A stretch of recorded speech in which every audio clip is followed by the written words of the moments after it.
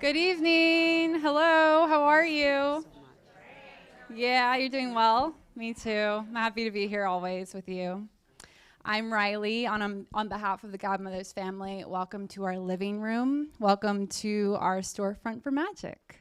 We're very grateful that you're seated here out of the rain, under a roof. Good choice, but even better choice to watch a splendid conversation unfold. I'm delighted to introduce Jennifer Rudolph Walsh. She is our fairy godmother of the universe, really, and one of our co-owners. And she has this incredible way of curating a space and making it feel like home. Do you feel it? Me too. Our guest this evening, Susan Orlean, is one of the most distinctive voices in American nonfiction. For more than 3 decades, she has been a staff writer at The New Yorker, where her curiosity has taken her everywhere, from umbrella inventors to gospel choirs, from taxidermists to Tanya Harding, from the lives of animals to the lives of extraordinary everyday people. And she's the best-selling author of 7 books, including The Orchid Thief, which inspired the Oscar-winning film adaptation, as well as Rin Tin Tin. That's so fun to say. Say it. Rin Tin Tin. It's fun. On Animals and the Library Book. Her writing has been described as a national treasure and luminous in its attention, and her work has shaped how we understand the overlooked corners of American life. She's written for Rolling Stone, Vogue, Esquire, and Outside, taught and mentored writers around the world, hosted acclaimed podcasts, and earned an Emmy nomination for her work on HBO's How To with John Wilson. Today, she continues to write for The New Yorker while running her wildly beloved Substack, Wordy Bird. And tonight, we're here to celebrate her newest book, Joyride, a memoir that traces the wild, tender, funny, and deeply human path of a life spent paying close attention. Please join me in welcoming Jennifer Rudolph Walsh and Susan Orlean.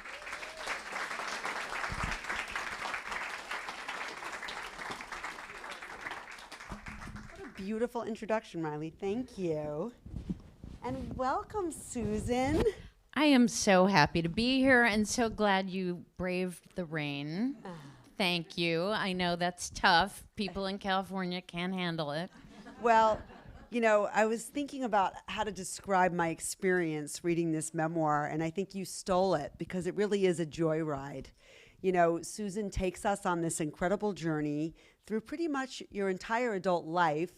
And I was just thinking, how does it feel that everybody in this room, or certainly me, pretty much knows everything about your life?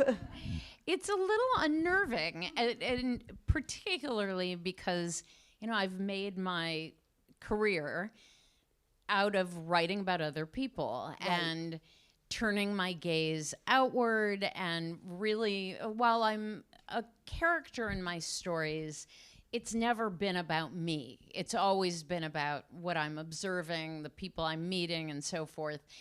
When I sat down to write this book, there was a huge kind of obstacle to me thinking, first of all, why would anybody want to read these details about my life? But also, do I really want to kind of be vulnerable on the page and reveal myself so personally? So I had to definitely get used to it. But as I was saying to you earlier, every now and again I've run into a reader who will refer to something very specific in the book, like they'll mention my first husband by his So first I said name. Pete. Then she told me that, and I said Peter. And you know, and there's a part of me that wants to say, wait, how do you know that? his Yeah. name? And She we were talking with her husband Johnny over there, and she said, and he has an older son. I go, I know. I know he had a son when you got married. So it is a very strange thing because it's like we feel that we know you, but you don't know us. So in some senses, you've brought yourself closer to the reader, haven't you? yes, very much. And that is in part why there was a real attraction to me to doing this book. I felt like after these many years of being in conversation with my readers, that it was time to make the conversation more personal and to say, you've come along with me on all of these journeys, all of these adventures since I began my writing career in 1978. Right. And so now let me kind of really sit down and be in conversation with you and tell you, how did I get to this place that I find myself? I love that. And it kind of reads like a master class to a certain extent, but also a little bit about a bygone time, right? Because I love it. You start us with your sort of wild college years, and then you follow the unfolding of your desire to be a writer. So talk a little bit about your early days as a writer. Well, I inadvertently kind of lucked into a very good moment to want to be a nonfiction writer. When I was coming of age and I was in college and I was discovering Tom Wolfe, Joan Didion, all of these amazing nonfiction writers, it was an inspiration that, you know, what could be more fabulous? And also, it was an era where magazines were healthy and hearty and had lots of pages and lots of writers. I, after college, moved to Portland, Oregon for one reason, which is my boyfriend was moving there. Not a Sound yes, reasoning. Yes. And I was trying to avoid going to law school, which if you were an English major in that era, that was the inevitable trajectory. I had zero interest in going to law school, but what I really wanted was to be a writer, and I didn't know how you did that. So I moved out to Portland with my boyfriend, told my dad, yes, I'm going to go to law school, but I'm just going to take a year and work as a paralegal to get ready. I literally did the exact same thing. Yeah, This I is mean, so it was, crazy. I think this was going on across America at that moment. And by the way, just as an aside, for the remainder of his life, my dad kept reminding me that it was not too late to go to law school. Oh, anything good that ever happened to me, my father would say, imagine you could have been a lawyer. Yeah, right. Well, same. Yeah. It was a mentality that Yeah. even after I'd written my fourth or fifth book, and my dad kept saying, you know, it's not too late to go to law school. And Is your dad a lawyer? Because mine was. Yeah, my dad was a lawyer. Yeah. And I finally said to him, you know what, Dad, it is too late. Yeah. It's too late. I'm not going to law school. But I moved to Portland, and this was the era of alternative news weeklies. And there was a very good alternative news weekly in Portland. They hired young people without a lot of experience. So I was perfectly suited to being employed there. Right. All passion, no experience. Yes, It was absolutely and perfect. having extremely cheap rent, so the fact that they paid very little didn't matter. And rather than being a secretary or a messenger or whatever I might have done if I'd moved to New York, I was writing right off the bat. I was told, think of an idea, go out and write it, and it's going to be in the newspaper. With your name on it. With my name on it. And it was an amazing place to begin, for sure. This was also the era of Sunday magazines, which now are essentially gone. I mean, every city had a newspaper or two, and every newspaper had a big, fat, glossy Sunday magazine. And those were an amazing, fertile place to write because they ran long stories, they were open to enterprising ideas. So it was a wonderful moment to begin this pursuit of mine. Luckily, I was encouraged from the very beginning. You know, I got this job at the Alternative News Weekly, but then I began freelancing as well, and I was absolutely determined, full of passion, and didn't have the good sense to be insecure. That's what I actually love about these early days, is that you have such you're on your purpose path, you're so passionate, but you really don't have a lot of self-doubt. Well, you know, you're not like braggadocious, but like you're certain. It's kind of a beautiful thing to watch, the unfolding. And it's interesting because it's coupled with innocence in a way. Yeah. Like there's a purity to it. There's a purity to it. Yeah, I think that I was so sure that I wanted to be a writer. I had no doubt that that's what I wanted to do. That's what I should do. And as a result, I felt perfectly comfortable kind of reaching beyond my station. And I remember one day when I was working at this alternative paper in Portland, and one day I just thought, well, I bet Newsweek could use a stringer in Portland. And back then, Newsweek was a very good publication. Newsweek and Time were in their heyday. And instead of thinking, look, I don't have enough experience, I'm working here in Portland, why would they want me? I picked up the phone and I called the Newsweek bureau in San Francisco.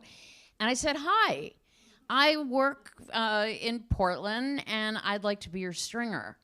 And I think that the editor was, the guy who ran the bureau, was so surprised. And he said, okay. Yeah.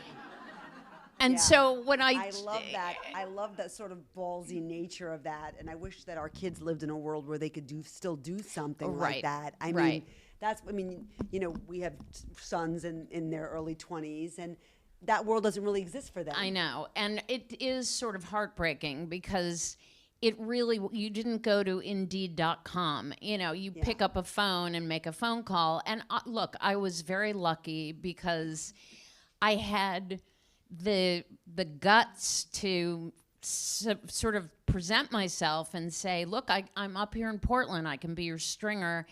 And in fact, I made them think, wow, we really should have a stringer in Portland. We need a Portland stringer, yeah. Yeah, now that you mention it, and it's you. But I think that the gatekeeping in the world of employment has changed hugely, and it's just not nearly as permeable as it was back then. But I also think it's important to still appreciate that having that kind of certainty, which isn't braggadocio, I agree with you, it wasn't that at all. I just felt like, well, I know that I am a writer. Born for this. Yeah, I was born for this. Yeah. That's just, that clarity is such a gift, and it's not like you were born to writers. I mean, you just almost had almost a divine sense that this is what I was put on the earth to do. And I, when I went into my first job interview, I just said, you have to hire me. Because this is the job for me, and it's very funny. Give it to me. Right, and it'll be better for both of us if you give it to me. But also, and this was to go back to the idea of innocence, because I was innocent in that way. I had very few clips because I didn't write for my college newspaper. So I was going in for this interview, and I thought, all right, I don't have clips, but I was the editor of my high school yearbook. And I got my yearbook and went marching into this interview. And all I can say is they suppressed their laughter. Yeah. Until you left the room. Yeah, yes, and then I'm sure they just thought, let's just hire her just to get her out of here. But it is, and I feel like Tracy Flick in you. A little bit. Flick, The good parts. Yes, the good parts from the movie Election, which if you haven't seen, you need to. But yes, you were going to march in there and get the job done, whether they liked it or not. Yeah, and I think it was coupled with this feeling that I was a writer and I just needed someone to give me that opportunity, but that it was, and that's not something I think everybody is fortunate to have. I'm not sure everybody wakes up at age, 18 saying, I know what I want to be. Yeah, I am this. Yeah, and so I was very lucky that it was so clear to me. Yeah. And when I did one of those Myers-Briggs tests, it said that I should be a forest ranger. And I thought, no, not working for me. No. But you also do seem very intuitive, and I would sort of call that divine inspiration. Even the way you get your stories, especially early on, before you were known for these quirky subjects, you were sort of like, huh, Maybe I will do that. Talk a little bit about sort of the way you get your ideas, but take us back a little bit, because when you first started doing sort of these more quirky subjects, it even surprised yourself, didn't it? Absolutely. I think certainly when you have the sort of feeling that you want to be a writer, what you're thinking about is, I want to craft beautiful sentences and I want to have adventures, but you don't yet realize that part of that means you have to begin thinking about, what do you want to write about? What makes a good story? Early on, my first writing job, I was like, tell me what I should write about. And they said, no, it doesn't work that way. You figure out what to write about. And the adage that young writers are often told is, write what you know. And I thought, I'm 23. I don't know anything. Yeah. Like, I literally don't know anything. But the thing I did know is that I liked learning about things. Yeah. Number one. And number two, I liked following curiosity. I liked being surprised by the world. I wasn't looking to confirm what I knew or what I already appreciated. I liked that tension of, I don't understand this, and now I want to learn about it. Yeah. And it led me to two very different species of stories. One, which I call Who Knew, and that is stumbling onto a subculture, a topic, a passion that I didn't even know existed. And having that impulse of, I had no idea people collected orchids. I had no idea people were obsessed with taxidermy. And that feeling of, and pre-internet especially. I mean, now it's all about these microcultures, right? But before that, you were just literally discovering something that nobody had any awareness to. Right. And it was a little harder to stumble on things. You had to actually be out in the world and read signs on bulletin boards and, read the back section of newspapers and actively look for those subcultures you didn't know existed. Yeah. And so you knew you were onto something with subcultures, though. That was like a breadcrumb for you. Yeah, right? Very much. So who knew, right? And because it's interesting. Openness is correlated with aliveness, and you said curiosity. It's interesting. I could see your little trifecta of openness, curiosity, and how it made you feel alive. Absolutely. I would love that feeling of thinking, I had no idea this existed, and I'm passing into this new world with a whole new kind of language and sensibility, and it was so exciting to me. It was so interesting that I loved the idea of saying to the reader, I've just stumbled onto this private world that you may have not known existed. I certainly didn't know it existed. I'm going to go there, and then I'll tell you what I've learned. Amazing. Like, you won't believe this. Yeah, and that was that sensation of sitting around a table with friends going, you're never going to believe. I love that. I love that. The other species of story, which I love just as much, which I refer to as hiding in plain sight, and that is the story about things that seem absolutely ordinary, that you've seen a million times, that you never take into consideration, but then you stop and think about it for a minute, and it becomes fascinating. Yeah, so it's the opposite of who knew. It's like you thought you knew. Exactly. Yeah. And, right. Whether, in the case of my book, the library book, that originated with me being in a library one day and suddenly thinking, I've been in libraries thousands of times, but I've never actually stopped to think about how they work and what is the day-to-day life of a library like. And the more I thought about it, the more fascinating it seemed. Like, how... It's like Night at the Museum. Yeah. Like, it just blows your mind. Yeah. And then as it happened in the course of sort of becoming fascinated by this rather ordinary part of life. And this is the LA... LA library. Right. Then I shouldn't say it was lucky, because the LA library fire was not lucky, but for me as a writer, discovering that there was this dramatic event, the largest library fire in American history, that had occurred at that library, made what had begun as a hiding in plain sight story turn into this very interesting narrative that had drama and tragedy and historical kind of meaning. Amazing. Do you ever get like halfway or whatever down the road on something and realize now it's not alive for me anymore? Like my curiosity is not continuing? I always worry about that because it's a big commitment, especially with a book. Yeah. But even with doing a magazine piece, you can, I think, number one, you always lose nerve a little bit, where you begin thinking, is this as interesting as I think? Right. It's like when you're first going into the ocean and those first 3 little waves that kind of make Right. you feel like, do I really need to do this? Yeah. And then once you're in, you're good, right? Right. Yeah. And usually I think through the story choices so thoroughly that by the time I commit, I've considered it deeply and thought, maybe not. Is it really as interesting as I think?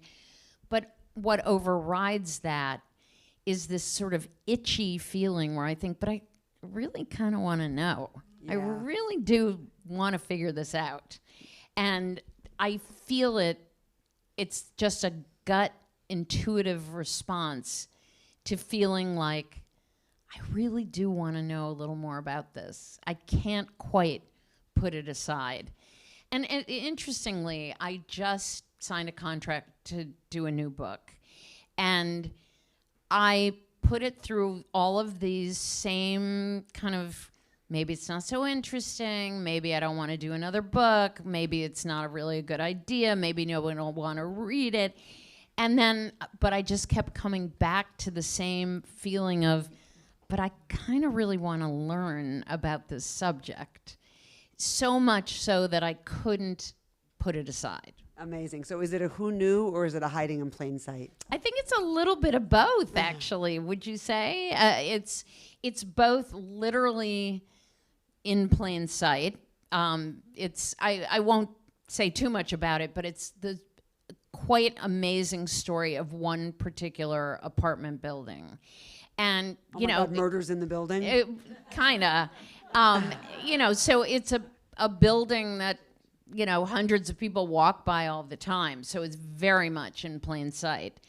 But its story is so complex and fascinating and unexpected that I just kind of can't not do it. I love it. I love it. I love that story. I hope it's the Dakota, but don't tell us. Oh. That's funny because I actually, when I was describing it to somebody, I did say, it would be sort of like if and I think there's a book about the Dakota, actually. But, I kind of love how buildings can be these very contained worlds that are like little universes. And also they have layers and layers of history, especially a place like the Dakota. But, you feel the sort of DNA that lingers from everybody who's passed through. And yet it's also this very contained world. So it's very appealing to me. Yeah, I love that. I love that. And you talk about the thing about Judaism that you love is the belief that each person is a whole world. So very much. And, it's really that same idea that each individual contains the entire universe. And that is why the loss of any person is such a deep kind of rift in the world, because we each are unto ourselves a kind of universe. And that's why, as somebody who likes storytelling, writing about someone who is described as ordinary, I always cringe a little because nobody is ordinary. Right.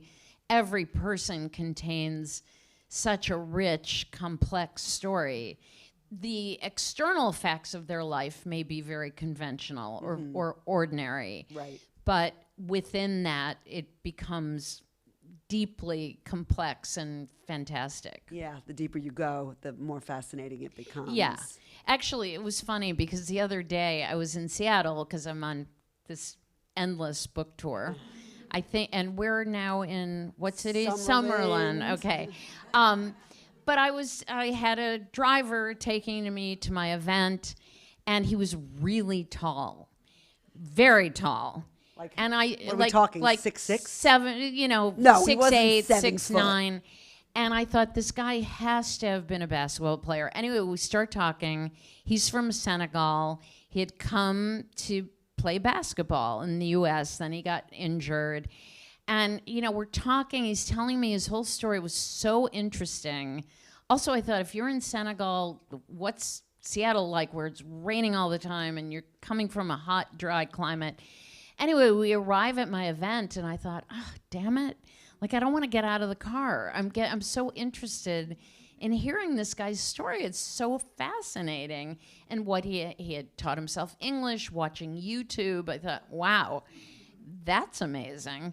I love that. And this was a chance encounter that anybody can do. You don't have to be a writer to connect and learn other people's stories. Yeah, I mean that is something that cities kind of foster a little bit. I mean, whenever I would get out of a car in New York, somebody would Uber me to the airport, and by the time I get out, I'm like, I think your daughter is just going through a phase. Right. Here's a book they should read. I'm praying for your son's wife. She should get pregnant. I think it's just Right. I mean, by the time you get to the airport, you're like, this person's whole life, and it's so fascinating, and people are so resilient and mighty and brave.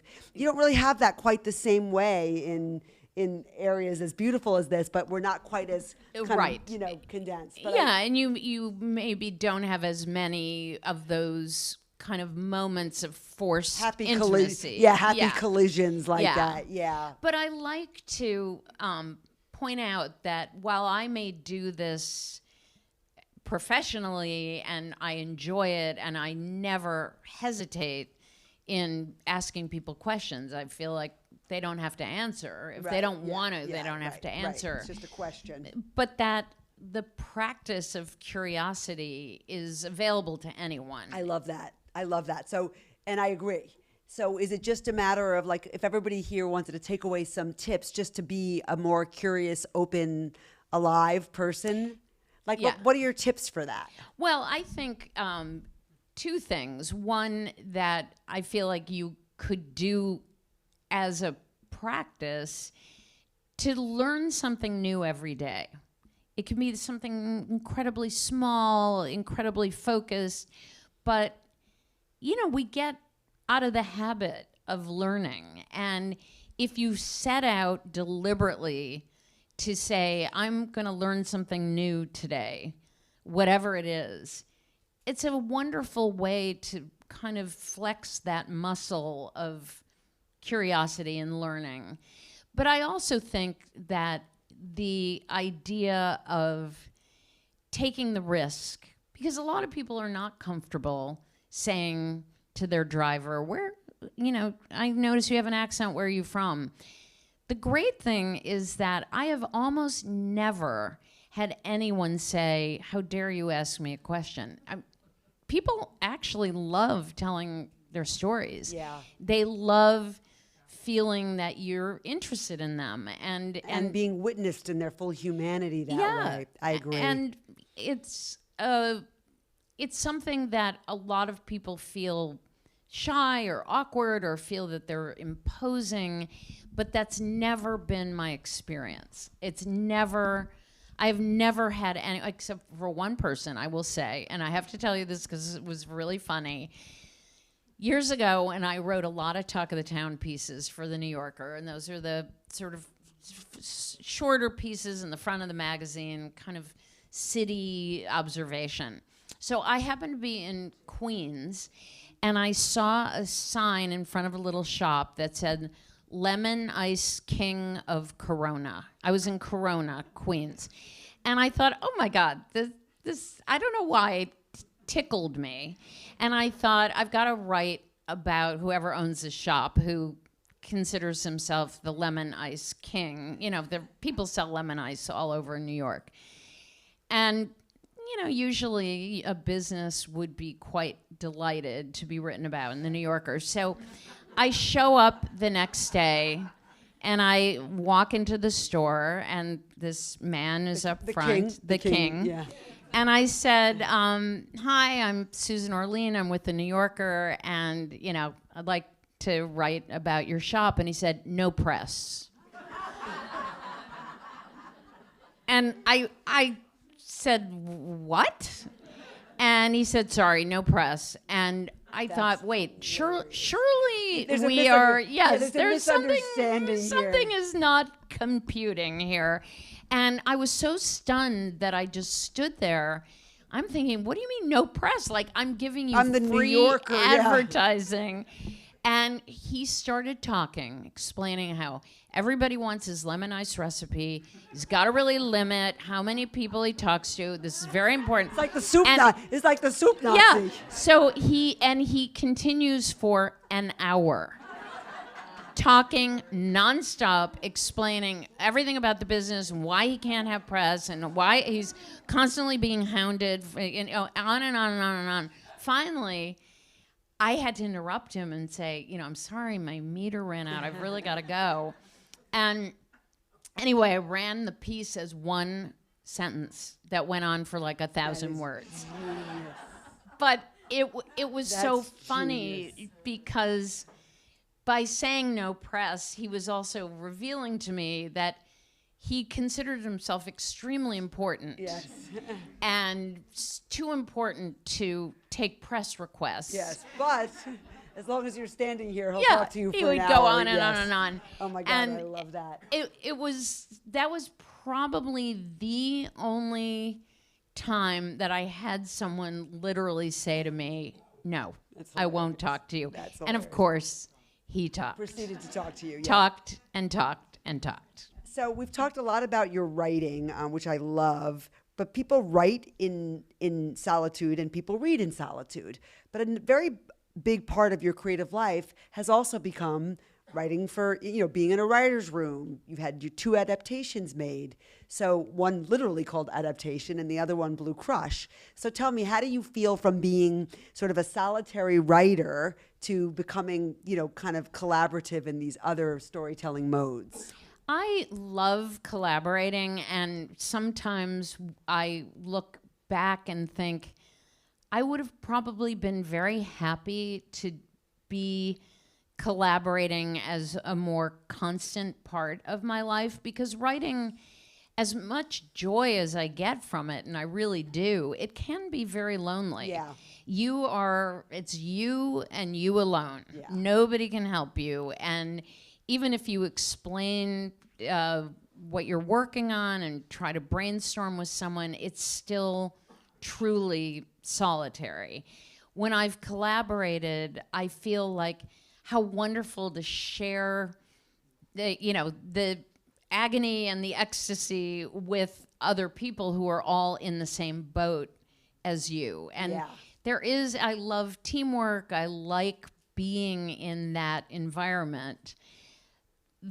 And I feel fortunate that I've gotten some of that added into my life. I really do love it. It seems like it finds you, really, though. It doesn't seem like you're out there looking for it. It just kind of seems to find you. Right. In fact, almost entirely. I really have never sought it, but when the opportunities have come to me, I've thought, wow, this is Meryl so much Streep, fun. play me? Sure. Yeah, exactly. Why not?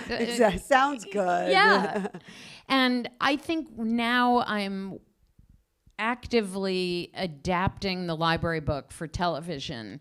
Oh, working, cool. and working with a writing partner, and I'm in a way that I haven't before.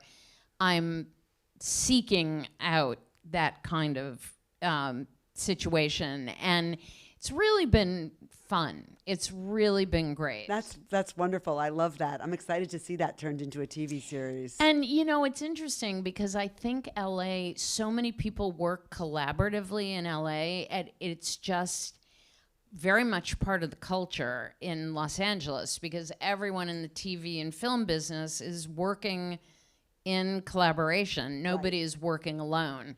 So it's very much kind of part of the ethos of Los Angeles. And I have a wonderful writing partner who's a director, writer, and yeah, we're really excited about it. Wow, I love that. Well, we can't wait. So we here at Godmothers define a godmother not as somebody who is given to you at birth as your religious, protector, but as somebody who watered the magic seeds inside of you, told you something about you was special, maybe pioneered a path. So I wonder, when I give you that definition, does somebody come to your mind? Yes, and this might be surprising. It probably would even be surprising to her. But what came to mind immediately when you asked me that question was Tina Brown, who was my editor for a number of years at The New Yorker. And you actually talk quite a bit about that experience, so I'm surprised. So say more about that. Yes, well, Tina was initially, when she came to The New Yorker, which was in 1992, I wrote the kinds of stories that she absolutely wanted to eliminate. To the extent that actually she used your story as an example of the kinds of things that she wanted to eliminate. Right. I mean, she had a meeting with the sales staff and said, you see this Susan Orlean story about a grocery store in Queens? We won't be doing that anymore. And so when I went in for my first meeting with her, I thought, we are not going to get along. And I was pretty downhearted since I had dreamed of being at The New Yorker, but I thought, it's just not going to work. To my surprise, she said, here's your contract, there's your office, get to work. To her credit, I think she thought, show me what you've got. Her first, the story she assigned me right off the bat was a profile of Mark Wahlberg. And, it's exactly the kinds of story I did not want to do. Yeah. But I thought, let me see if I can skin the cat. I'll figure out a way to do this. I proposed to her that she said, I want you to do it right away because he's only going to be hot for about 10 days. And so a psychic she's not. Yeah. But she a godmother she was. Yes. Continue, yes. And I'd like to think that a godmother doesn't always just tell you you're the greatest person in the world, but tests your mettle. Yeah. Shows you what you're made of. Yeah. And so I thought I need to prove to her that the quirky stories that I like to do, I can do them. I can pull it off. I can make readers care about these things that are not big, dramatic stories, but I can make them work.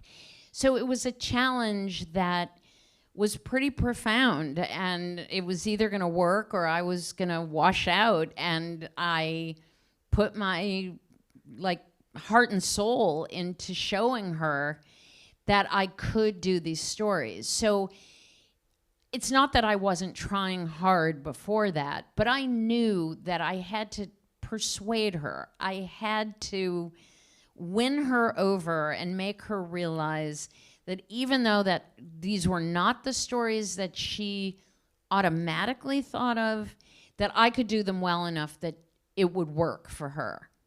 So she really tested me. I love that. I love that. And how did the relationship grow as a result of that challenge?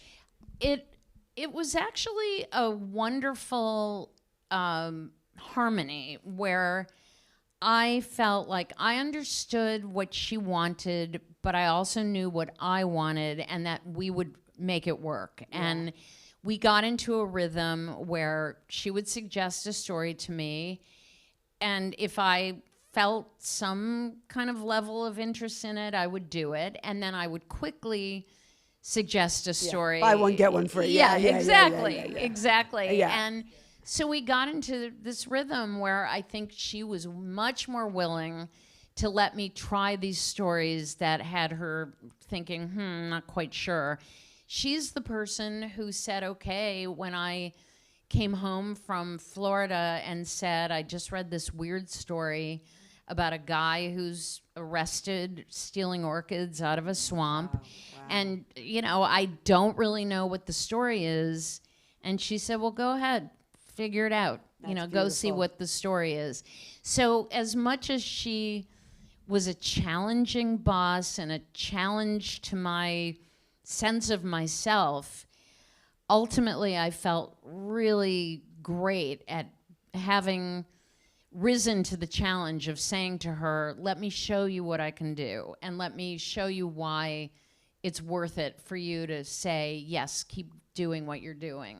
Amazing. And it kind of revealed yourself to yourself in that process too. Yeah, absolutely. I mean, it was good to make me think, all right, why do I like writing these stories? And what, can I really justify writing these somewhat eccentric stories? And I think it was like trial by fire. And I came out of it thinking, yeah, I really believe in the stories that I care about.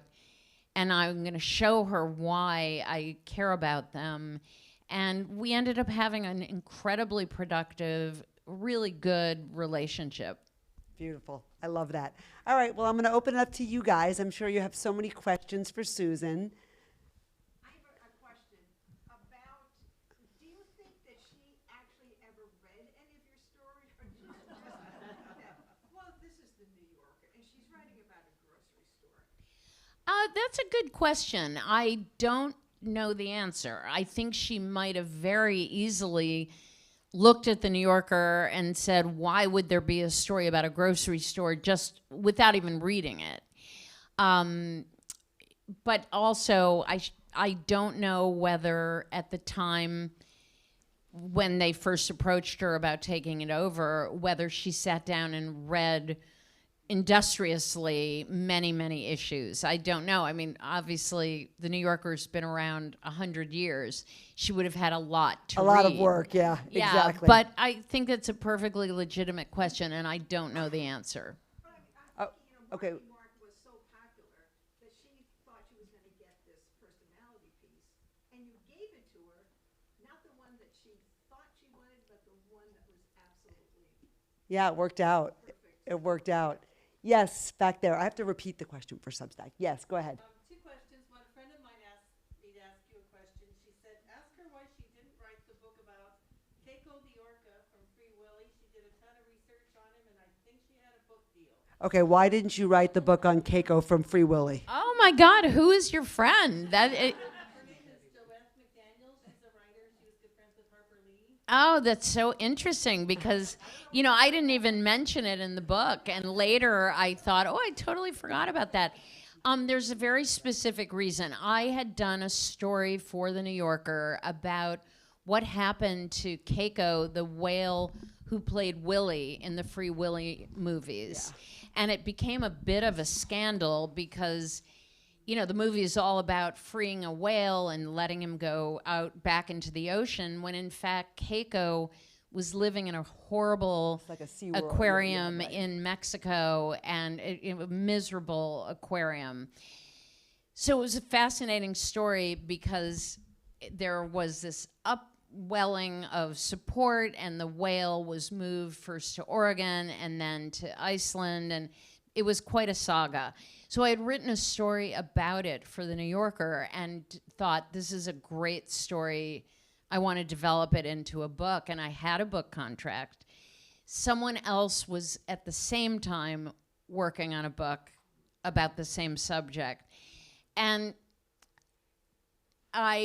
he had a pre-existing relationship with the guy who was running the effort to release Keiko. And I thought, I'm swimming upstream. Yeah. I mean, I'm going to have to be... You want the story to be told. It's not like it has to be told by you necessarily. And I felt like it was going to be a real problem to be reporting with this guy always there in every environment and with him having this other relationship. And I have to tell you, I'm sorry that I made that decision. Oh. I just, thought I don't want to deal with this. Did the other book ever come out? It did, but it came and went. Yeah. It came and went. It wasn't written by Susan Orlean, right? No, and Okay.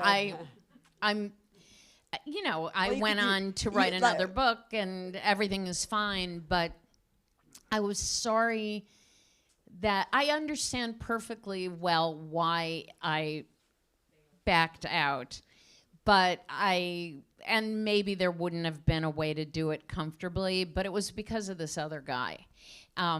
And I just thought, I don't want to be involved. Charles, I can't think of his last name, lives in Mission Canyon, was the man that was involved here, did you know, in Santa Barbara in saving the whale? Oh, really? Yeah, I can't think of his. Is that your second question?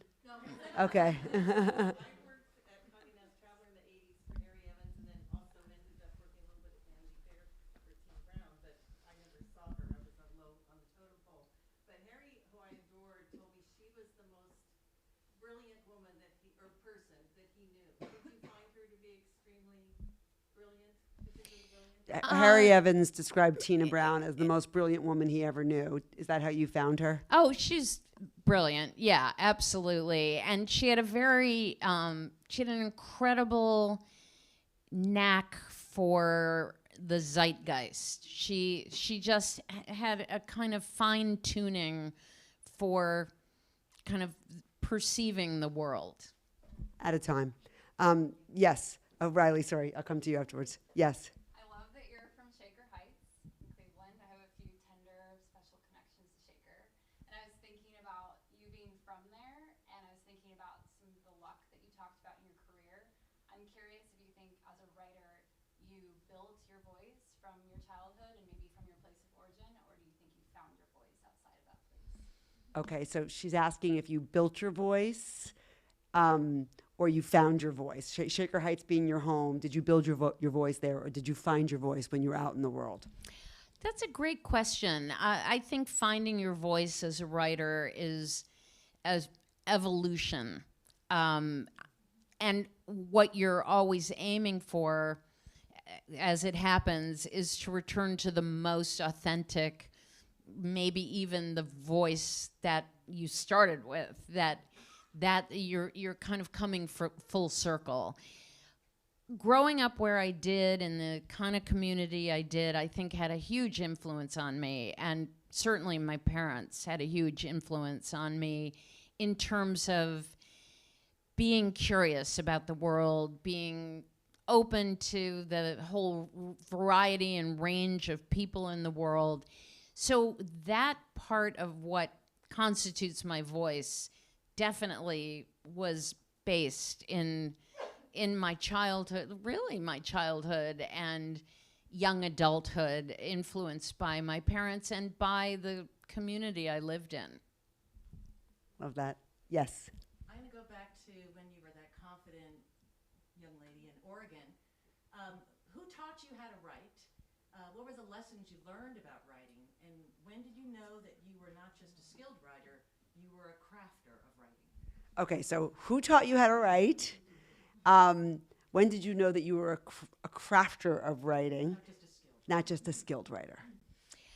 I believe that I learned to write by reading.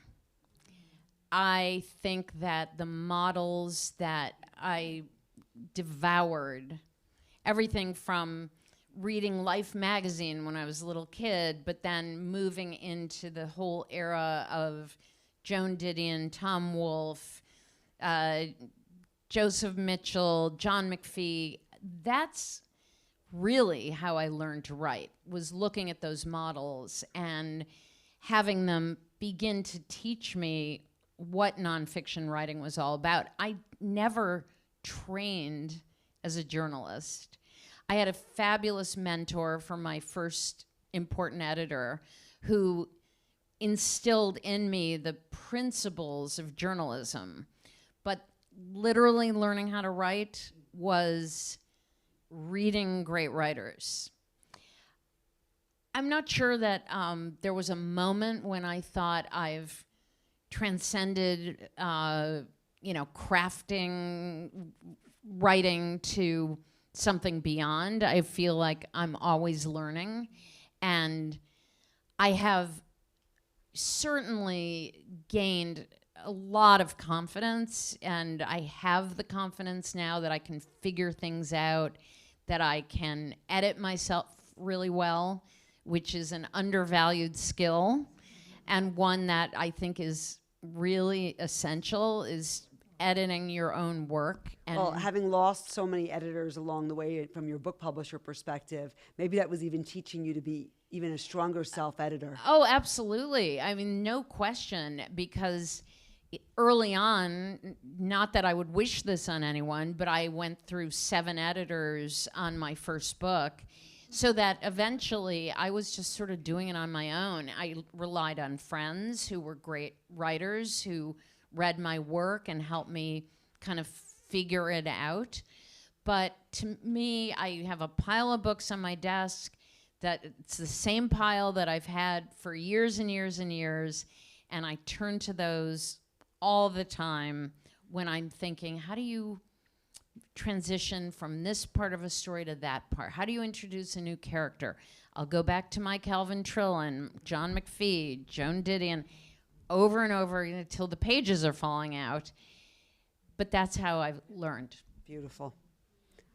Another question?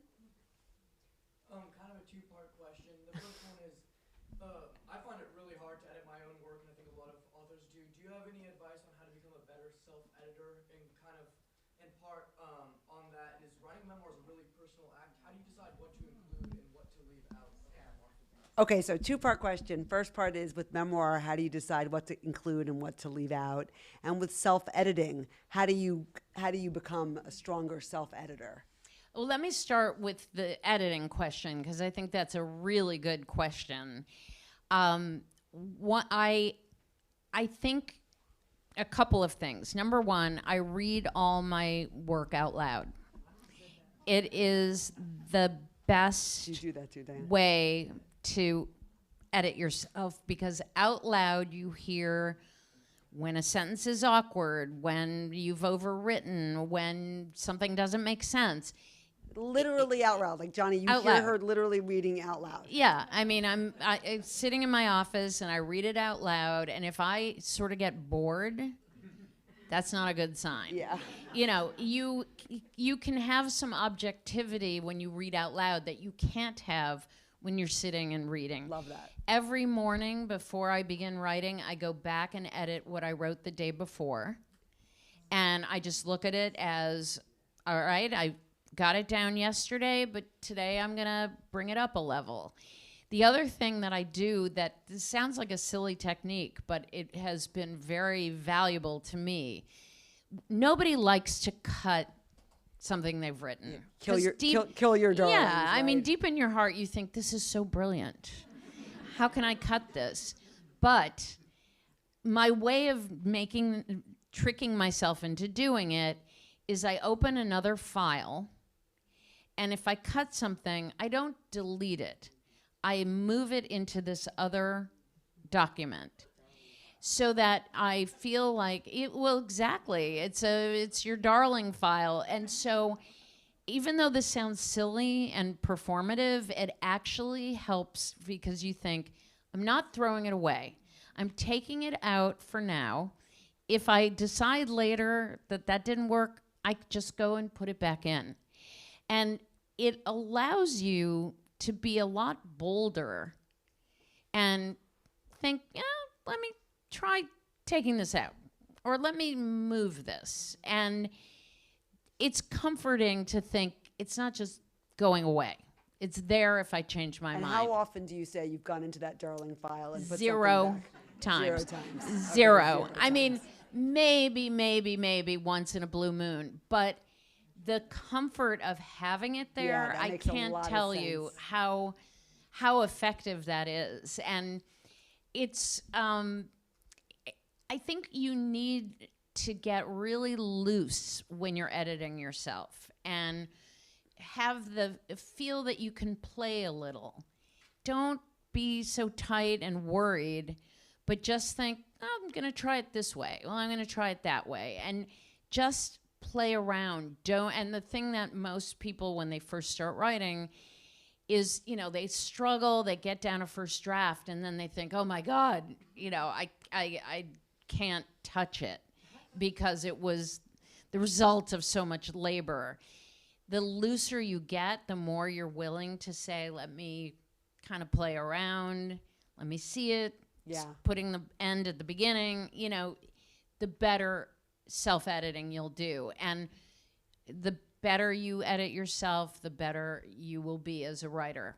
Absolutely the most valuable thing you can do. Excellent advice. As far as deciding what to put in and not put in a memoir, I think that was a question every sentence of the book. That, is this important? How personal do I want to be? Does this even matter to a reader? At some point, I think you have to just picture yourself in conversation with someone who kind of knows you but doesn't know you that well, and have a conversation in which you tell them who you are. And create in your mind this relationship that you're responding to. And that helps. It's the way if you were sitting next to someone on an airplane and had a conversation, you know how much to tell and what you don't tell. You have a very natural capacity to judge that. So you create a conversation with a reader who, in my case, I thought chances are many of the people who are going to read this book have read my work already. So they have some idea of who I am, and that will inform how much more they want to know. Yeah, beautiful. We have time for one more question. Yes. I was wondering, because you've written about so many different topics, are there times you're like, oh, I wonder about orchids today? Or do you go back to think of these past books that you've written about, and are you still curious about those things? Are you still curious about stories you've written and books that you've written where you've finished the project, but do those subjects still make you curious? Not at all. No. Hard no. No, to be honest, I almost never, I can't think of a time where I went back and wrote another piece on the same subject. And it's not that I can't or I won't or that I have no interest and I refuse, nothing like that. It's just that I tend to feel that I said what I want to say on that particular subject, unless I am wanting to expand it into a book, which is different. The Orchid Thief started as a New Yorker piece, and then I thought I do want to go back. I want to expand it. But usually, for me, writing is fundamentally an act of discovery.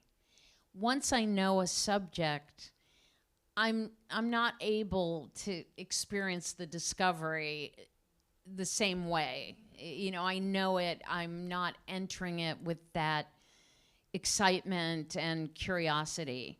So that's why I've certainly returned to category. I've written a lot about animals. So, those stories just always interest me. But as far as going back specifically, I was asked many times to go back and write. I wrote a piece called The American Man, age 10, that I've been asked to go back to write about him at age 15, age 20, The American Girl, and I just felt like, no, I've done it. You left the door where you wanted it and it's finished. Yeah, exactly. And it's not callousness at all. It's completion. That I feel done and that I'm comfortable just sort of moving on to the next subject. Beautiful. Thank you, Susan. What a pleasure this conversation was. Thank you all so much. You're a marvel. We're going to get Susan to come back and teach us all a writer's workshop. That would be awesome. Thank you so much. Will you stay and sign some books? Yeah. Okay, amazing. So line up over there.